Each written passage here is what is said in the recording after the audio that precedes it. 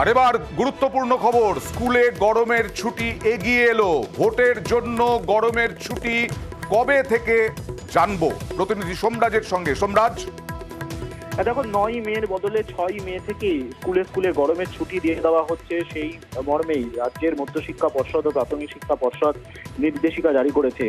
নির্দেশিকায় বলা হয়েছে যে 6 মে থেকে 2রা জুন পর্যন্ত গরমের ছুটি থাকবে।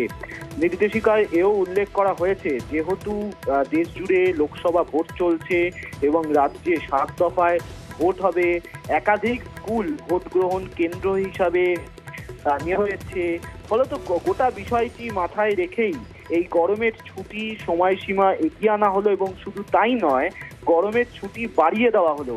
অর্থাৎ গরমের ছুটি এবার থাকছে 6 মে থেকে 2 জুন, যা 22 দিন থাকছে। রাজ্য স্কুল শিক্ষা দপ্তরের নির্দেশিকা মেনেই এই নির্দেশিকা জারি করা হলো। এবং শুধু তাই নয়, 16ই এপ্রিল অর্থাৎ যে দিনগুলিতে এর আগে ভোট রয়েছে বিভিন্ন জেলায়, বিশেষত 16ই এপ্রিল 20 এপ্রিল থেকে শুরু করে, অর্থাৎ প্রথম দফার ভোটে দ্বিতীয় দফার ভোট যে জেলাগুলিতে রয়েছে তার 2 দিন আগে থেকেও সেই স্কুলগুলিতে ছুটি থাকবে। কিন্তু তার পাশাপাশি সামগ্রিকভাবে গোটা রাজ্য জুড়ে গরমের ছুটি এগিয়ে আনলো রাজ্য স্কুল শিক্ষা দপ্তর। ইতিমধ্যেই সেই নির্দেশিকা জারি করা হয়েছে। প্রশ্ন করি সোমরাজ, এখন তো প্রচন্ড নাভিশ্বাস উঠছে মানুষের, এই যা গরম পড়েছে এবং তাপপ্রবাহের সতর্কতাও দিচ্ছে আবহাওয়া দপ্তর, সেক্ষেত্রে কি আরো এগিয়ে আনার কোনো চিন্তা ভাবনা?